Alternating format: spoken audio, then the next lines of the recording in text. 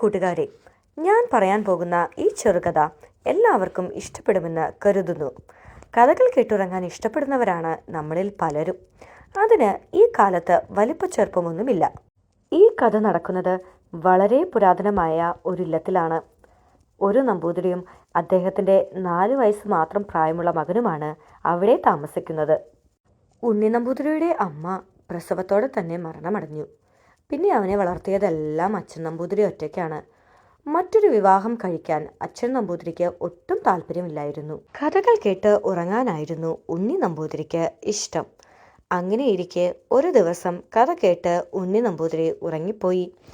ഉറക്കത്തിൽ ഉണ്ണി നമ്പൂതിരി യാദൃച്ഛികമായി ഒരു സ്വപ്നം കണ്ടു. താൻ വീട്ടുമുറ്റത്തെ ഒരു തുളസിച്ചെടിക്ക് വെള്ളമൊഴിക്കുന്നതാണ് കണ്ടത്. അത് വളരെ ഉണർവോടെ ചുറ്റുപാടും സുഗന്ധം പരത്തി നിൽക്കുന്നു. പിറ്റേ ദിവസവും ഉണ്ണി നമ്പൂതിരി കഥ കേട്ട് വളരെ പെട്ടെന്ന് ഉറങ്ങി. അതേ സ്വപ്നം വീണ്ടും കണ്ടു. രാവിലെ ഉണർന്നപ്പോൾ തന്നെ താൻ നിരന്തരമായി ഒരേ സ്വപ്നം കണ്ടതിന്റെ കാരണം അച്ഛനോട് ചോദിച്ചു.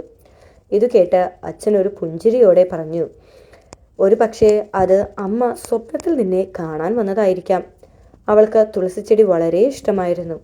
എന്നും രാവിലെ ഉണർന്ന് അതിന് വെള്ളമൊഴിക്കും. അതിനെ നോക്കി കുറേ നേരം എന്തൊക്കെയോ സംസാരിക്കും.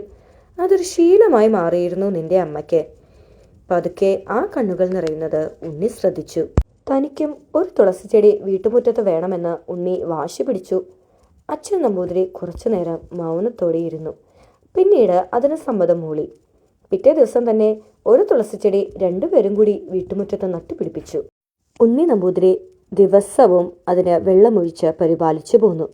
അത് വളർന്ന് നല്ല ഉണർവോടെ തല ഉയർത്തി നിന്നു. ഉണ്ണി നമ്പൂതിരി ആ തുളസിച്ചെടിയോട് സംസാരവും തുടങ്ങി. ഇതെല്ലാം അച്ഛൻ നമ്പൂതിരി ശ്രദ്ധിക്കുന്നുണ്ടായിരുന്നു. ഒരു ദിവസം അങ്ങനെ സംസാരിച്ചു കൊണ്ടിരിക്കുമ്പോൾ തുളസിച്ചെടി ഉണ്ണിയോട് ചോദിച്ചു, നീ എന്തിനാണ് എന്നെ ഇത്ര നന്നായി നോക്കുന്നത്? ഞാൻ തിരിച്ച് ഒരു ഉപകാരവും ഇത്രയും കാലത്തിനുള്ളിൽ നിനക്ക് നൽകിയിട്ടില്ലല്ലോ. മറ്റുള്ള ചെടികൾക്ക് കൊടുക്കുന്നതിനേക്കാൾ ശ്രദ്ധയും പരിപാലനവും നീ എനിക്ക് തരുന്നുണ്ട്. എന്റെ ഈ ജീവിതത്തിന് ഒരു അർത്ഥവും ഇല്ലാത്ത പോലെ എനിക്ക് തോന്നുന്നു. ഇത് കേട്ട് ഉണ്ണി പറഞ്ഞു, ഞാനും ഇതേപോലെ അച്ഛനോട് മുമ്പ് ചോദിച്ചിട്ടുണ്ട്. അന്ന് അച്ഛൻ എന്നോട് പറഞ്ഞത്, ഈ ഭൂമിയിൽ ജനിച്ചു വീഴുന്ന എല്ലാ ജീവജാലങ്ങൾക്കും തങ്ങളുടെ നിയോഗങ്ങൾ നടപ്പിലാക്കാൻ ഈ പ്രകൃതി തന്നെ അവസരമൊരുക്കും.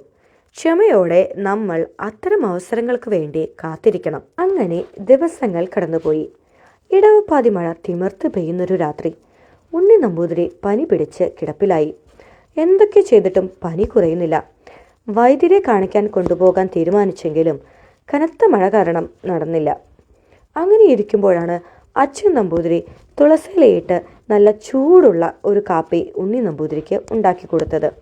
കാപ്പി കുടിച്ചതും ദേ പനി പമ്പ കടന്നു. അന്ന് രാത്രി ഉണ്ണി നമ്പൂതിരി സുഖമായി കിടന്നുറങ്ങി.